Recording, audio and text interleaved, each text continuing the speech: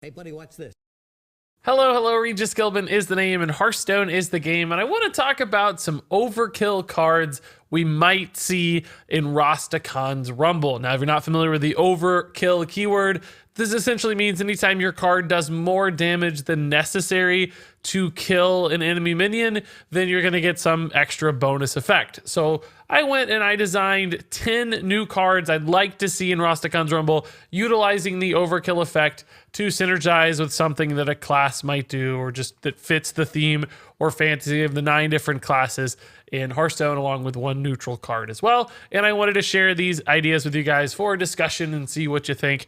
And maybe, just maybe, we'll see some ideas or cards like these reflected in the actual cards of the expansion. That said, let's go ahead and jump into my creations. Up first here, I have the Novice Cannoneer, a card I made for Warrior. It's a pirate, a 4-mana 2/3, and with this one I wanted to explore the idea of what if overkill had a downside. So you had some powerful aspect of the card, but if the overkill was too high, then it could essentially backfire. So the battle cry reads deal 10 damage to a minion. The overkill reads deal excess damage to all other friendly minions. So this serves as a really powerful single target removal spell, right? You can snipe off a Lich King with this, with the 10 damage battle cry. But the downside is you do 2 damage to the rest of your board. So you could destroy lots of your smaller minions. Alternatively, you think more like, around turn 4 or 5, where you might want to play this on curve. Say you hit a 5 health minion, you deal 5 overkill. That's going to destroy your board, right? You're going to kill all kinds of things. You don't often want to do 5 damage to your board. So there's a risk reward, like always. Like, I like the design, and that makes this interesting. So it's a bit like Big Game Hunter, but potentially with some issues. And that's cool. Now, that said, there's also maybe some Warrior decks that could synergize with this effect, because we do know Warrior loves whirlwind effects, and sometimes damaging their own minions can be really powerful, things like Frothing Berserker. So maybe you could set up board states or a deck to support this card where damaging your own stuff is good, but hitting a 9 health minion, say, is going to be really unlikely and really hard. So making it a whirlwind specifically is tough. It's often going to do 3, 4, 5 damage to your own board if you play this thing on curve. And then even in the late game, if you use it to remove something like the Lich King, there might be some downsides. But still, that downside ultimately might not be a downside at all. If you don't have any minions, if this is the first thing you play on a turn, it just serves as this great mid-range removal tool that's good against a lot of different kinds of things. So I like that it serves this dual purpose. And although it is a pirate, it's probably not the typical kind of pirate synergy card we've seen before in Warrior, but who knows, maybe pirates will get a little more mid-range or control oriented. But I like the idea here of a cannoneer who, if he puts a little bit too much gunpowder in the cannon, yes, it's going to do a ton of extra damage to whatever he's shooting, but it might also accidentally hurt his friendly pirates there on the ship, or even take down the ship. So from a name and theme standpoint, I think I captured the idea of this backfiring overkill pretty well. And, as is always the case, are the numbers here perfect? I don't know. I didn't want to give it to Odd Warrior, so it's 4 mana. Beyond that, feel free to tweak the numbers in any direction you like. And I'd like to hear your thoughts on that in the comments below as far as final balance is concerned. For this one, for me, it's more about the cool idea and the fun execution of a name and exploring that space where overkill could be a bad thing. Moving on, let's talk about a Shaman card I made called Static Discharge. A 3-mana spell. It reads deal 2 damage to all minions.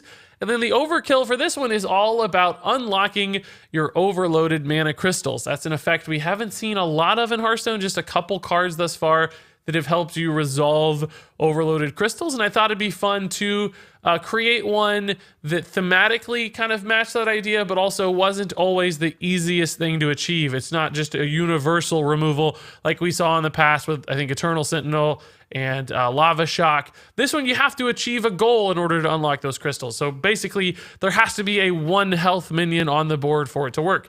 It won't work with all of your totems, although it would work with a Searing Totem on board, because do note, this is all minions, including friendly minions, not just enemy minions. Or, of course, if your opponent had a 1 health minion, you'd be fine. It would work, but not every turn is it going to line up. It gets a little better with spell damage, notably as well.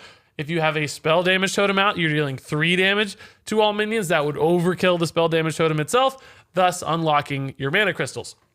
So in an overload style deck, this could serve as an extra AoE setup that also just gives you a lot more mana to work with in any given scenario. Overload, we have seen a lot of AoEs already, like Volcano and Lightning Storm, that might all fit in this puzzle of staying alive or removing your opponent's stuff.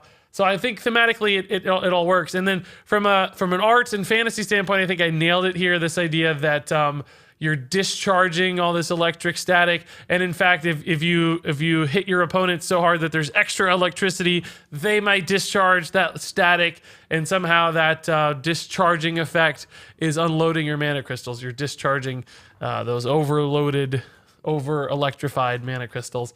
So I like the name and the artwork choice as well as the effect, and I think it's cool to make Overkill a bonus that works only some of the time, but when it does, could have some powerful synergies for the class. Moving on to my third card, this is my favorite name and artwork I think I've ever selected for a card, the Ravenous Hippo.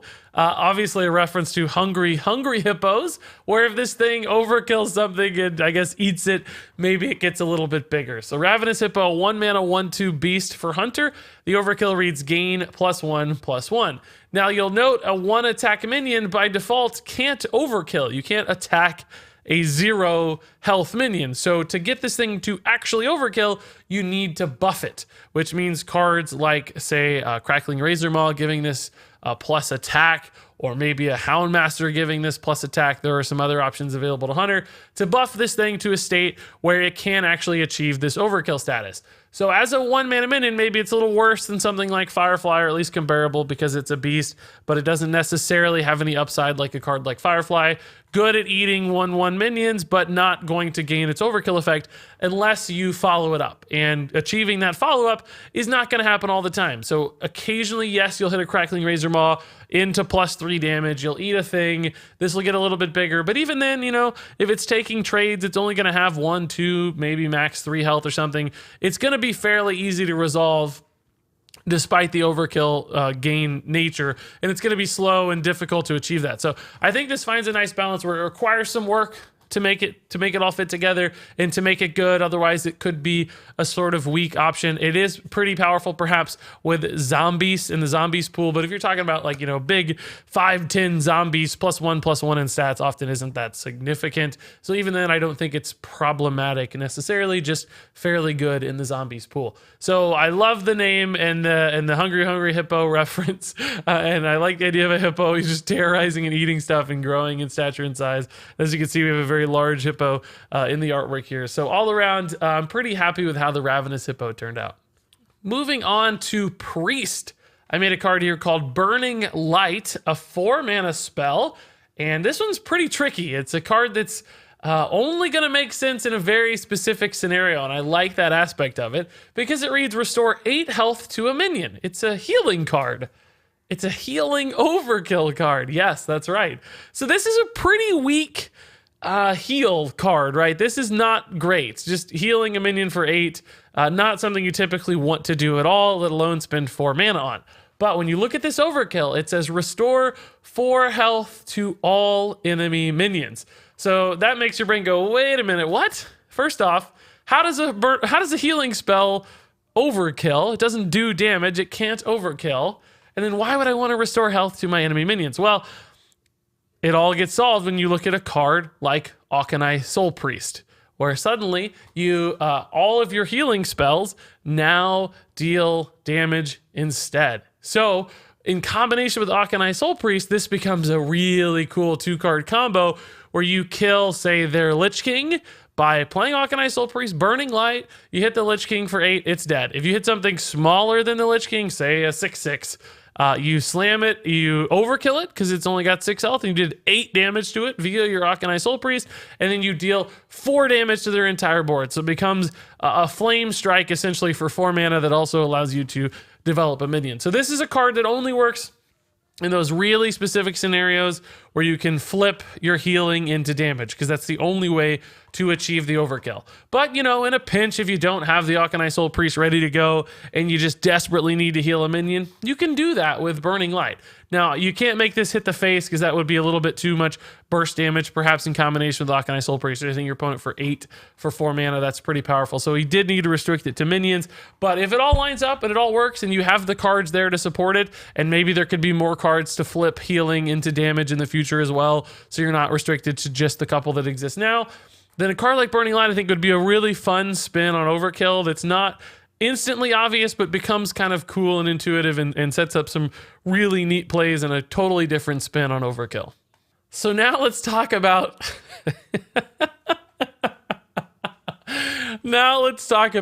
Precise Block. I'll be honest, I don't know if this card's any good, if it makes any sense, but just for the sake of the name alone and the pun on Ice Block, I had to make it. Because I thought, okay, what's the deal with Overkill, right? Overkill is all about not being precise when you kill something. It's about overkilling it. So I thought, what if we spun that around and we flipped it?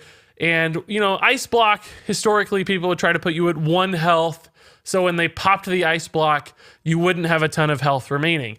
Precise Block kind of plays with that same idea, but instead of trying to put you at 1 health, it's where they have to put you at exactly 0 health, or they will accidentally proc your Precise Block. So 3 mana secret for Mage, of course, and it reads, and this is a little bit of a wordy text field. I wish I could have made it cleaner, but this is the only way I could figure out how to do it. It reads, if an enemy attack would overkill you, so in other words, if they do more damage than necessary to your hero, Precise Block will activate.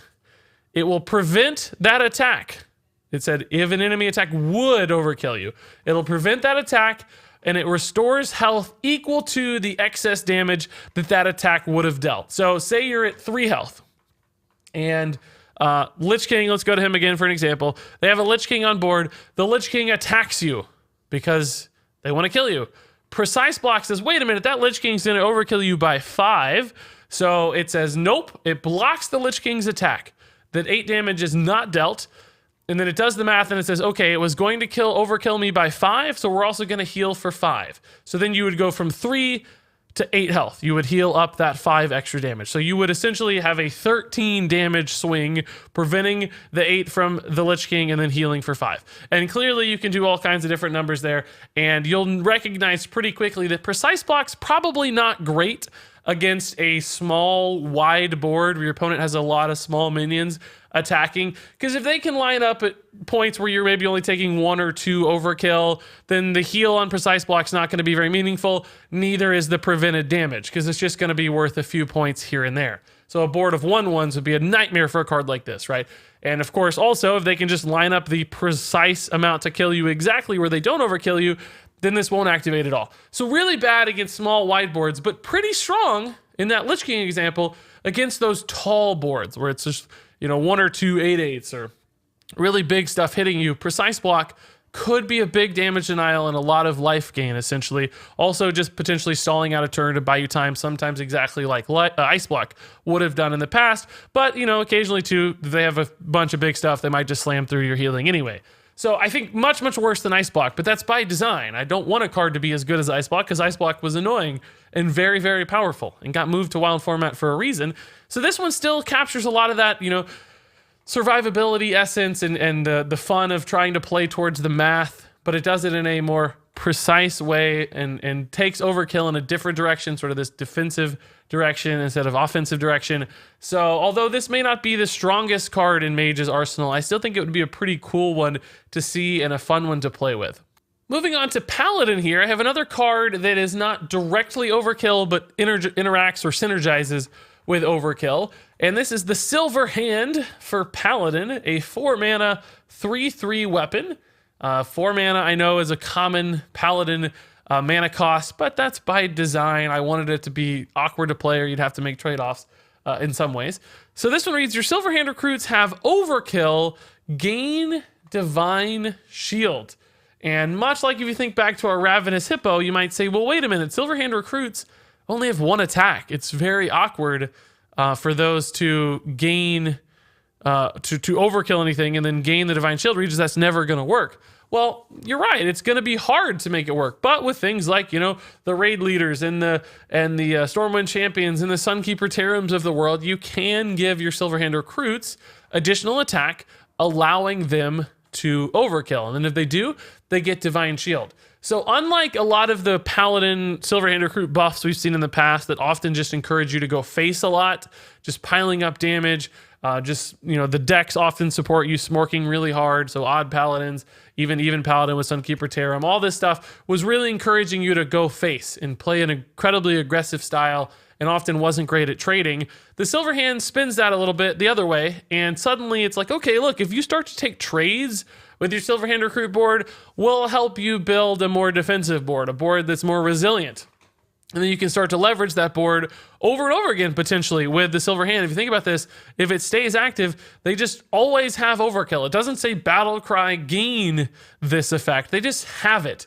So they could trade multiple times over and over again and just continue to regain Divine Shield. Because after that first instance, right, they're going to have Divine Shield. They're going to be more likely to survive and overkill the second time. So it allows you to build this sort of trade-oriented board as long as your weapon's active. Now, of course, weapon removal stomps this out really quickly, but the turn you play it, you might still be able to get value if you're able to commit another minion buff with it. And then other instances, it's just going to be a totally dead card where you can't overkill with your Silver Hand recruits. They're just 1/1s. So it's occasionally just a 3/3 weapon for 4 mana, which is okay, but not quite as exciting. So there's always these checks on the power level for the Silver Hand. And even when it works successfully, it's all based on more of a kind of not necessarily defensive style, but less aggressive, probably less frustrating style of play than what we've seen for Paladin. So I think it hits a good mark in between there. Also not something odd Paladin's going to be able to utilize as a 4-mana card. And for that reason, I think although this has the potential to be a snowball-y style of card, it's the right kind of snowball-y card that's hard to pull off. And even when it does snowball, it's going to give your opponent time to react, time to resolve any problems that it creates while still being strong and impactful. Moving on to my Druid card, you'll notice the third repetition of this theme where Overkill is there, but it's hard to get it to work. And especially with Druid, I think that's relevant. I don't want Druid to get some ridiculous option to gain an empty mana crystal, which is what the unfertilized seedlings Overkill would allow you to do. So I made this a 1-mana 0/3. And obviously, more than any card we've talked about so far, this one's very hard to get overkilled, or start overkilling, I should say, because you have to essentially give it a +2 attack buff. But the cool thing about Druid is that it can do that, right? It has ways to buff cards. Power of the Wilds and Mark of the Wilds, they are cards that can get this up to 2 attack, and then suddenly it can start gaining a mana crystal. And if you're not careful, it maybe can gain 3 or 4 or 5 mana crystals if it gets to attack many times in a row. So it becomes this threatening high-value target that your opponent needs to resolve. But remember, as much as that might scare you, first off, if this doesn't work, because you just slam it on turn 1 and it just sits there and it's got 3 health with no attack, it's just a complete waste of a card. It doesn't have the consistency, predictability, or reliability of something like Wild Growth. Sometimes it just dies and doesn't do anything. Sometimes even if you play this, you play it outside along with a Mark of the Wild and you make it a 2/5 minion that's essentially 3 mana total cost over 2 cards, sometimes your opponent's still just going to kill it before you get time to attack with it because you got to play it out. You're always passing the initiative back to your opponent. So it's only when they just absolutely don't have an answer that this thing becomes a problem. Or even if they don't have an answer immediately, they don't have to play a minion right away that will enable the overkill. As long as it has 2 health, like a Mark of the Wild won't put it in range. So there's a lot of play arounds and a lot of ways to just completely deny this thing. So although yes, occasionally it might hit for a couple empty mana crystals, most of the time it's just going to fail. Beyond that, if you're running all of these minion buff cards and early game cards, you're not typically playing a style of Druid that's going to benefit from all these extra mana crystals. If you're not running a bunch of 10 drops and big scary stuff, the empty mana crystals might not go as far because your deck is far more token oriented or early game oriented or some kind of zoo minion based deck, and the mana crystals might not help. So I think for a couple different reasons, this is a fun card that plays towards a different style of Druid without being completely oppressive or problematic because the overkill is so hard to achieve. And I think challenging cards for Druid is what they need right now. Different playstyles for Druid is what they need. So Unfertilized Seedling would capture that rather nicely in my mind. Moving on, we have a rogue weapon here I made called Fang of the Faceless, and that might be a familiar name to some people who played World of Warcraft. That was a weapon back in Zul'Gurub. This is the actual weapon featured in the artwork here, and this would be a 6-mana, 6/2 weapon. The overkill on it would read, destroy all copies of the target minion wherever they are. So we've seen that effect previously in the Taverns of Time arena event with the warrior card Fate Cleaver. It did a similar thing. It was a 4/2 weapon that also destroyed any copies of a card. But with Fang of the Faceless, it's not just universally going to do that. It has to have the overkill effect activate. So it has to be something with 5 or less health, or alternatively, something you chip down to 5 or less health so that when the overkill happens, Fang of the Faceless destroys all copies. And you might wonder why that's good or relevant. Why do you need to destroy all copies of a card? Well, think about things like Pogo Hopper, for instance. If you want to kill a Pogo Hopper deck, Fang of the Faceless might allow you to kill all the Pogos. Think about Shutterwalk. If you kill a Shutterwalk, it's going to destroy all copies of that Shutterwalk, including minions, including cards in hand, including cards in decks. You can just wipe out your opponent's Shutterwalk stuff. Now, it is 6 attacks. You're going to have to do some damage to the Shutterwalk first to make the overkill activate. You're going to have to take 6 damage in the meantime, so there are some penalties, there are some costs, some risks to this, but this could serve as an important sort of tech card for any deck that's all about duplicating stuff or making tons of copies of stuff or trying to snowball minions into those sorts of Pogo Hopper kinds of plays or Jade Idol sorts of plays. Although with Jade Idol, this wouldn't work nearly as well because most of the Jade Idol cards come, or Jade Golem cards, excuse me, come from Jade Idol, which is not destroying copies of Jade Idol. So maybe not a saving grace in wild format, but still lots of ways this thing is impactful in standard.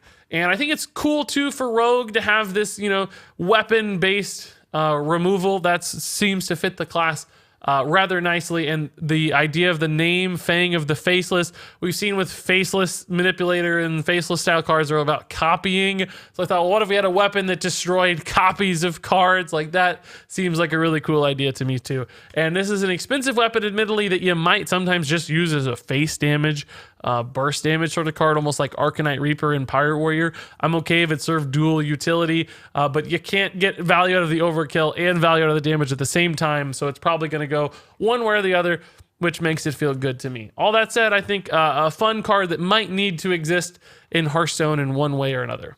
Moving on to my final class card here, we have Violent Reanimation for Warlock, a 2-mana spell. And this is yet another one of those cheap, low-cost mana spells that does a low amount of damage to minions. We've seen a lot of those in Hearthstone. They often have some sort of different spin on them. This one does too. It's got Overkill that reads Re-Summon It. So this could be used a couple different ways. First off, you could just use it to kill a particularly annoying 2-health minion. If you're desperate and you need to kill your opponent's Flame Imp, you can slam Violent Reanimation on it, and that's fine. Alternatively, if you wanted to kill one of your own things, you could do so with Violent Reanimation to get value out of resummoning one of your own minions, but you have to overkill it. So think about an example like Possessed Lackey. Might be something you'd love to kill with Violent Reanimation, but Possessed Lackey has 2 health. So you'd have to get Violent Reanimation up to 3 damage if you wanted to do that. So maybe there's some spell damage synergies with Violent Reanimation. That'd be really cool because you'd kill your Possessed Lackey, then you'd summon a second Possessed Lackey, which is much better than just Dark Pact, for instance, which just kills your Possessed Lackey. This gets you a new one, so you could maybe get another Demon Summon. That could be some upside. Another card that might be cool with this is perhaps Leroy Jenkins. But again, 2 health. So maybe you'd have to get some spell damage to violently reanimate. You could play Leroy, attack with it, reanimate the Leroy, attack with it again, reanimate another Leroy, and attack with it again for 18 damage. Is that too good? I don't know, because you need spell damage, you need a lot of cards. I don't know if that's incredibly powerful, but it's a cool idea, nonetheless, for a burst damage combo with this sort of card. You could also just use Wolf Riders to do the same thing, because the Overkill would actually work on the Wolf Rider consistently. If you wanted to use this in an egg deck, you'd have to damage your eggs a little bit first.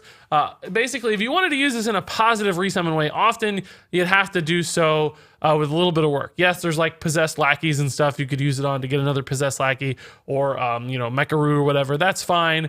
That's a possibility, but probably not the strongest play. Where this card would get really good is when you get it above that 2 damage threshold, which makes cards like Blood Mage Thanos maybe incredibly good. You could even use this on a Blood Mage Thalnos to draw a card and get another Blood Mage Thalnos to draw a card.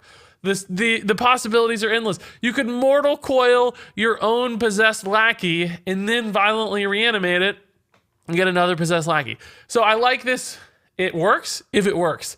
It's a little bit of a challenge, but then you can do some cool stuff with it. But it also has that utility of hitting your opponent's stuff. And then sometimes you might even want to resummon stuff for your opponent. I mean, we've seen that in the past. This is a bit like a card Reincarnate for Shaman. There have been instances where, like, if your opponent gives a minion taunt or they have like a Twilight Drake, you can cast Reincarnate on it and then kill it and resummon it, and it'll lose taunt. It'll lose any health buffs it has. So it'll be much, much easier to deal with. Violent Reanimation would be harder to utilize in that scenario than Reincarnate would, but still a reasonable way to do it. Sometimes if you need to get through a taunt minion, for instance, or just need to debuff something, there are potentially ways Violent Reanimation could do that, although pretty rare because 2 attack is just not that much damage or 2 damage is not that much to deal. All that said, still, fitting card for Warlock, has some really neat synergies if you can make it work, has some utility purposes as well. So I think this is a fun way to take a look at Overkill.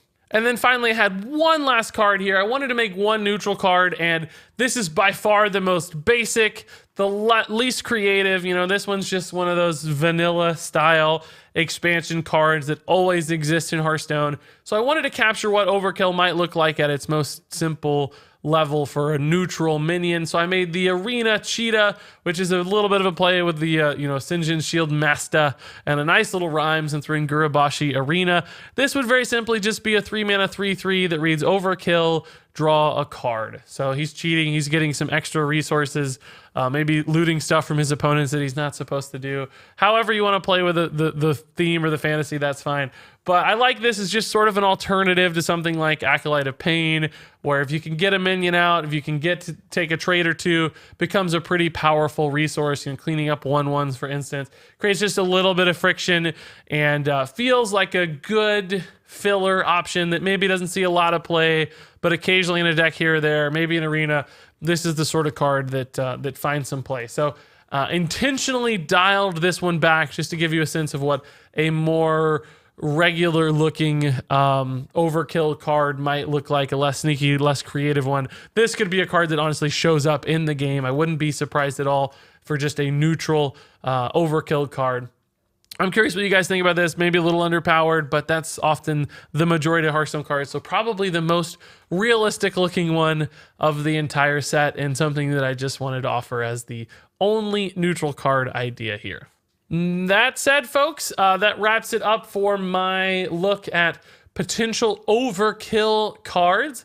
I'm curious what you guys think about these designs. I thought there were some creative spins on ideas there, and some ways to utilize Overkill, perhaps in some unexpected directions, not to mention some particularly good naming conventions and some good puns as well. But when it comes to, balance and feedback, you guys always have a lot to say, so I'm curious your take on these cards. Did I miss anything stupidly overpowered, some ridiculous combo, some better version or wording of the text? I'm always looking for those sorts of things in the comments, so please leave your thoughts below. But until then, thank you so much for watching, and until next time, game on.